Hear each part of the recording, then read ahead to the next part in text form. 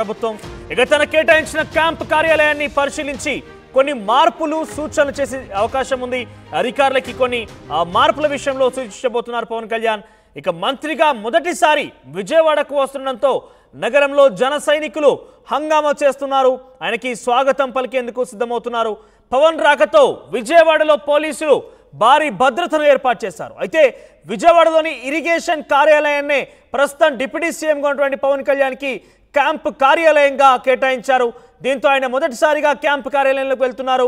ఆయన అక్కడ జరిగేటువంటి విషయాల మీద కొన్ని మార్పులు సూచనలు చేసే అవకాశం ఉంది. ఆ తర్వాత అక్కడి నుంచి నేరుగా సెక్రటేరియట్ లేదా చంద్రబాబును కలిసే అవకాశం కూడా కనబడుతోంది. ఆయన మంత్రిగా ప్రమాణ స్వీకారం చేసిన తర్వాత మొదటిసారి విజయవాడకి వస్తుండడంతో జన సైనికులు ఉత్సాహం సంతోషం వ్యక్తపరుస్తున్నారు. దాన్ని సాధారణంగా స్వాగతించేందుకు సిద్ధమవుతున్నారు. ఒకసారి ఆ క్యాంప్ కార్యాలయం నుంచి ప్రతినిధి రాజేష్ లైవ్లో అందుబాటులో ఉన్నారు. ఎస్ రాజేష్, సో ఏ సమయానికి పవన్ కళ్యాణ్ అక్కడికి వచ్చే అవకాశం ఉంది? దాంట్లో ఎటువంటి ప్రత్యేకమైన కార్యక్రమాలు ఉన్నాయా? ఎవరెవరితో భేటీ కాబోతున్నారు? సో అప్డేట్స్ ఏంటి? ప్రస్తుతం పవన్ కళ్యాణ్ గన్నవరం చేరుకున్నారు. గన్నవరం నుంచి బై రోడ్డు ఆయన తన కేటాయించిన క్యాంపు కార్యాలయానికి మరికొద్ది సేపట్లోనే చేరుకోబోతున్నారు. కోర్టు కాంప్లెక్స్ పక్కన ఉన్నటువంటి ఇరిగేషన్ క్యాంపు కార్యాలయాన్ని పవన్ కళ్యాణ్కి డిప్యూటీ సీఎంగా ఉన్నటువంటి పవన్ కళ్యాణ్కి కేటాయించారు. మరి కాసేపట్లో క్యాంపు కార్యాలయానికి చేరుకుని లోపల ఉన్నటువంటి వసతులకు సంబంధించి కానీ చిన్న చిన్న మార్పులు సూచనలు అయితే చేయబోతున్నారు. సూచనలకు అనుగుణంగా మార్పులు చేర్పులు చేయబోతున్నారు. అంతేకాదు పవన్ కళ్యాణ్కి తొలి ప్రేమ సినిమా నుండి స్నేహితుడిగా ఉన్నటువంటి ఆర్ట్ డైరెక్టర్ ఆనంద్ సాయి కూడా పవన్ కళ్యాణ్తో పాటు వస్తున్నారు. ఆయన పవన్ కళ్యాణ్ చేసే సూచనల ఆధారంగా క్యాంపు కార్యాలయంలో డిజైన్స్ అన్ని కూడా మార్పులు చేర్పులు చేయబోతున్నారు. ఆర్కిటెక్ట్ సంబంధించినటువంటి లోపల మార్పు చేర్పులు కూడా ఆర్ట్ డైరెక్టర్ ఆనంద్ సాయి ఆధ్వర్యంలో జరగబోతున్నాయి.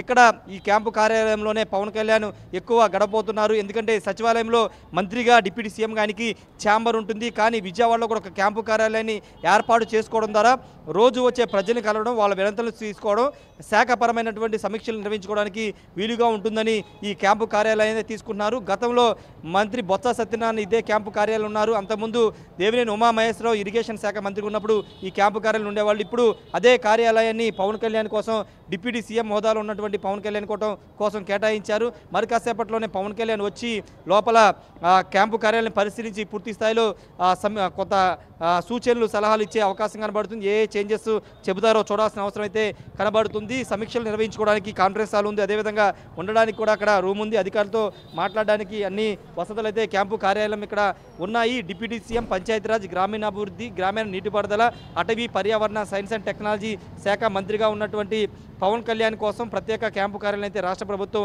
కేటాయించింది. ప్రస్తుతం పోలీసులు భారీ భద్రతను ఇక్కడ ఏర్పాటు చేశారు. పవన్ కళ్యాణ్ వస్తున్నారంటే జనరల్గానే జనసందోహం ఎక్కువగా ఉంటుంది కాబట్టి లోపలికి ఎవరికి వెళ్ళడానికి వీల్లేదని కూడా చెబుతున్నారు. మీడియా కూడా బయటే పెట్టివేసిన పరిస్థితి అయితే ఇక్కడ ఉంది. పూర్తి స్థాయిలో పవన్ కళ్యాణ్ రేపు 19వ తారీఖు రేపు సచివాలయంలో మంత్రిగా డిప్యూటీ సీఎంగా బాధ్యతలు తీసుకున్న తర్వాత అటు సచివాలయం ఇటు క్యాంపు కార్యాలయంలో శాఖలకు సంబంధించిన సమీక్షలు అన్నీ చేయబోతున్నారు. ఇక్కడ క్యాంపు కార్యాలయంలో ఇది ముగిసిన తర్వాత నేరుగా మంగళగిరి పార్టీ కార్యాలయానికి వెళ్తారు. వెళ్ళిన తర్వాత మధ్యాహ్నం 3 గంటలకి తిరిగి సచివాలయానికి వెళ్తారు. సచివాలయంలో ముఖ్యమంత్రి చంద్రబాబుతో భేటీ అవుతారు. దాదాపు గంట పైగా ఇద్దరు భేటీ అయ్యే అవకాశం అయితే ఉంది. అంతేకాదు పవన్ కళ్యాణ్ మొదటిసారి అమరావతికి ఈ కార్యక్రమం ముగిసిన తర్వాత మధ్యాహ్నం అమరావతికి వెళ్తారు కాబట్టి అమరావతి రైతులు పవన్ కళ్యాణ్కి ఘన స్వాగతం పలకడానికి సిద్ధంగా ఉన్నారు. మొన్న ముఖ్యమంత్రి చంద్రబాబు నాయుడు మొదటిసారి అమరావతికి వచ్చిన సందర్భంగా ఏ విధంగా మానవహారంగా ఏర్పడి పూలు చల్లి ఆయనకి స్వాగతం పలికారో అదే విధమైన ఘనమైన స్వాగతం ఈరోజు అమరావతి రైతులు పవన్ కళ్యాణ్కి ఇవ్వబోతున్నారు. రోడ్డుకి ఇరువైపులు నిలబడి పవన్ కళ్యాణ్ వచ్చే సందర్భంగా పూల వర్షం కురిపిస్తూ ఆయనకి స్వాగతం పలకడానికి ఇప్పటికే ఏర్పాట్లు అయితే చేస్తున్నారు. ప్రస్తుతానికి మరి కాసేపట్లో క్యాంపు కార్యాలయానికి పవన్ కళ్యాణ్ వస్తారు. వచ్చిన తర్వాత ఇక్కడ క్యాంపు కార్యాలయం మొత్తం కూడా పరిశీలించి సూచనలు చేసిన తర్వాత మంగళగిరిలో పార్టీ కార్యాలయానికి వెళ్ళి తర్వాత సచివాలయానికి మధ్యాహ్నం బయలుదేరి వెళ్ళబోతున్నారు. ఏదేమైనప్పటికీ ఇక పూర్తి స్థాయిలో ఇక్కడే ఉండి అటు శాఖాపరమైనటువంటి సమీక్షలు అదేవిధంగా ప్రభుత్వానికి సంబంధించిన కీలక నిర్ణయాల్లో భాగస్వామి కాబోతున్న నేపథ్యంలో ప్రభుత్వ పాలన మీద ఆయన దృష్టి పెట్టబోతూ ఉన్నారు. పూర్తి స్థాయిలో అధికారులతోనూ రివ్యూలు చేయడంతో పాటు కీలకమైన పంచాయతీరాజ్, గ్రామీణాభివృద్ధి శాఖలు అత్యంత కీలకమైనవి కాబట్టి వాటి మీద సమీక్ష చేసి గత ప్రభుత్వంలో ఏ విధమైన పనులు చేశారు, ఈ ప్రభుత్వం ఏం చేయాల్సిన దానికి సంబంధించిన అధికారులతో రివ్యూ కూడా చేసే అవకాశం ఉంది. మనోజ్ రైట్ రాజేష్, ఓవరాల్ గా విజయవాడలో మరి కాసేపట్లో క్యాంపు కార్యాలయానికి రాబోతున్నారు పవన్ కళ్యాణ్ ఇప్పటికే గన్నవరం ఎయిర్పోర్ట్ నుంచి ఆయన దాదాపుగా రోడ్డు మార్గంలో క్యాంపు కార్యాలయం మరికాసేపట్లో చేరుకునే అవకాశం ఉంది. విజయవాడలోని ఇరిగేషన్ కార్యాలయాన్ని పవన్ కళ్యాణ్కి క్యాంప్ కార్యాలయం కేటాయించింది ప్రభుత్వం. అయితే అక్కడి నుంచి ఆయన అధికారుల సమీక్షలు కావచ్చు, ఇతరత్ర కార్యక్రమాలు కూడా చేసే అవకాశం ఉంది. అటు సెక్రటేరియట్లో రేపు ఆయన పదవి బాధ్యతలు స్వీకరించబోతున్నారు. ఇటు క్యాంప్ కార్యాలయంలో ఈరోజు ఆయన అక్కడ కొన్ని మార్పులు సూచనలు చేసే అవకాశం ఉంది. అయితే ఆయనతో పాటుగా ఆనంద్ సాయి, ఆర్ట్ డైరెక్టర్ ఆనంద్ సాయి కూడా రాబోతున్నారు. ఆయన కూడా అంటే చాలా ఫేమస్ ఆర్ట్ డైరెక్టర్ ఆయన. ఇక్కడ గతంలో తొలి ప్రేమ సినిమాలో కూడా పవన్ కళ్యాణ్తో పాటు నటించారు ఆయన. సో ఆయన కూడా రాబోతున్నారు. సో కొన్ని మార్పులు చేర్పుల విషయంలో అక్కడ క్యాంపు కార్యాలయంలో డిజైన్స్ విషయంలో కొంత సూచనలు చేసే అవకాశం ఉంది. ఆ పైగా అక్కడి నుంచి ఆయన మంగళగిరిలోని పార్టీ ఆఫీస్కి వెళ్ళబోతున్నారు. అక్కడ కార్యకర్తల నాయకులతో కాసేపు ముచ్చటించబోతున్నారు. ఆ తర్వాత సాయంత్రం 3 గంటలకి సెక్రటేరియట్ వెళ్ళబోతున్నారు. సెక్రటేరియట్లో తన ఛాంబర్ పరిశీలనతో పాటుగా చంద్రబాబుతో కూడా భేటీ అవకాశం ఉంది. 1 గంట సేపు పాటుగా చర్చ కూడా పెట్టబోతున్నారు. వారి మధ్య కొంత సుదీర్ఘమైనటువంటి కొన్ని చర్చలు కూడా జరగాల్సిన అవసరం ఉందంటూ కూడా తెలుస్తోంది. ఓవరాల్గా ఇక విజయవాడకి మంత్రిగా ప్రమాణ స్వీకారం చేసిన తర్వాత మొట్టమొదటిసారిగా విజయవాడకి వస్తున్నటువంటి పవన్ని స్వాగతించేందుకు అక్కడ పెద్ద ఎత్తున మోహరించి ఉన్నారు. జన సైనికులు సంతోషంతో స్వాగతం చేసేందుకు సిద్ధమవుతున్నారు. ఆయనని జనసందోహం మధ్య అక్కడి క్యాంపు కార్యాలయానికి రిసీవ్ చేసుకునే అవకాశం కూడా ఉంది. అక్కడ కట్టుదిట్టమైన భారీ ఏర్పాట్లు కూడా చేస్తున్నారు పోలీసు అధికారులు. ఇక ఇది ఈరోజు పవన్ కళ్యాణ్కి సంబంధించిన షెడ్యూల్. ఓవరాల్గా క్యాంప్ కార్యాలయంకి వచ్చి అక్కడ కొన్ని సూచనలు, ఆ తర్వాత అటు మీద నుంచి మంగళగిరి పార్టీ ఆఫీస్, అక్కడ నుంచి సచివాలయంలో తన ఛాంబర్ పరిశీలన, తర్వాత సాయంత్రం చంద్రబాబుతో భేటీ కూడా ఉండబోతోంది.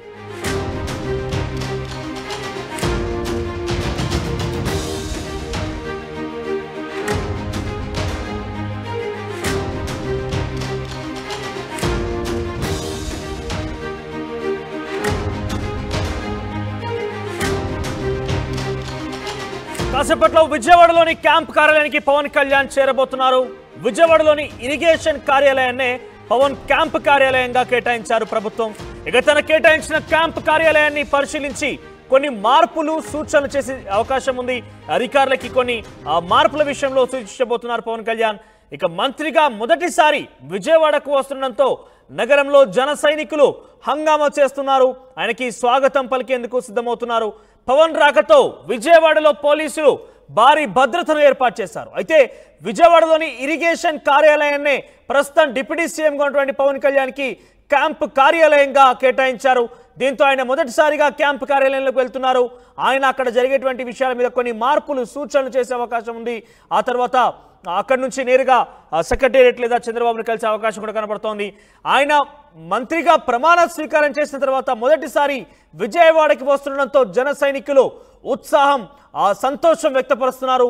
దాన్ని సాధారణంగా స్వాగతించేందుకు సిద్ధమవుతున్నారు. ఒకసారి ఆ క్యాంప్ కార్యాలయం నుంచి ప్రతినిధి రాజేష్ లైవ్లో అందుబాటులో ఉన్నారు. ఎస్ రాజేష్, సో ఏ సమయానికి పవన్ కళ్యాణ్ అక్కడికి వచ్చే అవకాశం ఉంది? దాంట్లో ఎటువంటి ప్రత్యేకమైన కార్యక్రమాలు ఉన్నాయా? ఎవరెవరితో భేటీ కాబోతున్నారు? సో అప్డేట్స్ ఏంటి? ప్రస్తుతం పవన్ కళ్యాణ్ గన్నవరం చేరుకున్నారు. గన్నవరం నుంచి బై రోడ్డు ఆయన తన కేటాయించిన క్యాంపు కార్యాలయానికి మరికొద్ది సేపట్లోనే చేరుకోబోతున్నారు.